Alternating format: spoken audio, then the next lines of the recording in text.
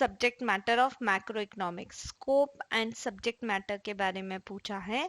Theory of income and employment, 4 points है total answer में। First point theory of income and employment, last slide में ही हमने पढ़ा था कि मैक्रो इकोनॉमिक्स को इनकम थ्योरी भी बोलते हैं, एम्प्लॉयमेंट थ्योरी भी बोलते हैं। So it is theory of income and employment. Macro economics is also known as income theory. किसको बोलते हैं? Macroeconomics.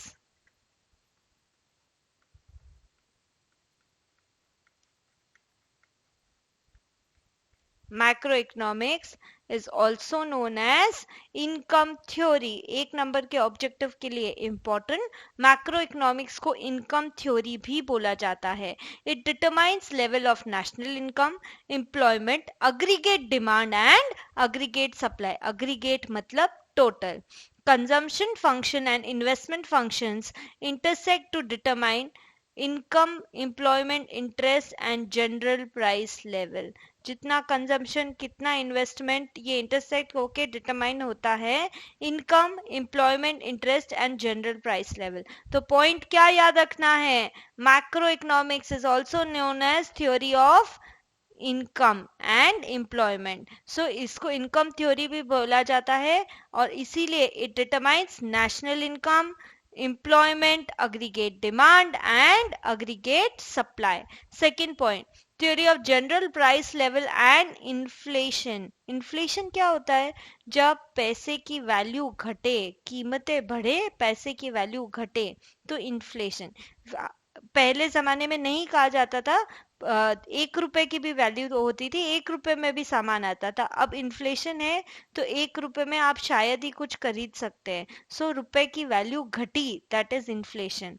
Macroeconomics help to explain how general price level is determined. Price level determine कैसे हुआ? What's cause and effect of inflation and depression. It also suggest solution.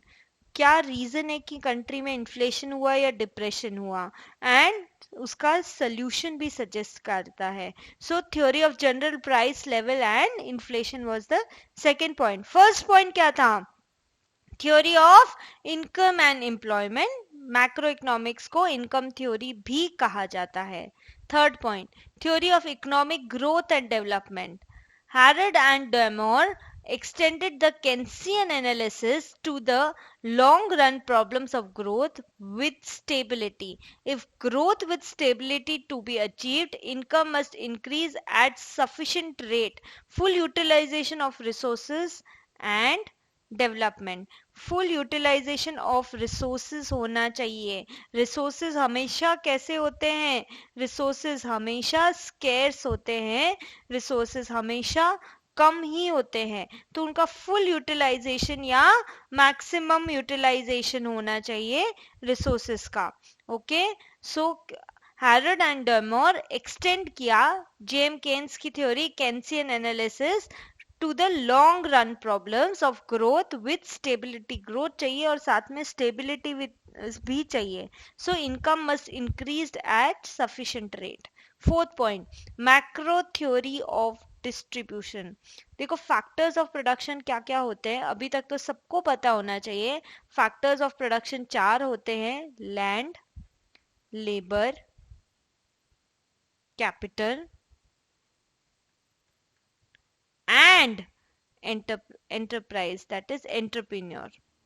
ठीक है, 4 factors of production होते हैं। उनका reward क्या होता है? लैंड काम पे लगता है, लैंड का रिवॉर्ड क्या? रेंट। लेबर वेजेस या salaries, capital interest and entrepreneur profit. इन तीनों को देने के बाद जो बचे वो एंटरप्रेन्योर का। सो there are various factors of production: land, labor, capital and entrepreneur. Their reward is rent, wages, interest and profits. So total rent plus total wages plus total interest plus total profit, इन सबको मैं add कर दूंगी तो मुझे क्या मिलेगा? Is equal to total national income. ठीक है, rent, wages, interest and profit चारों को ऐड करेंगे तो मिलेगा total national income. So this is macro theory of distribution. This was about scope and subject matter of macroeconomics.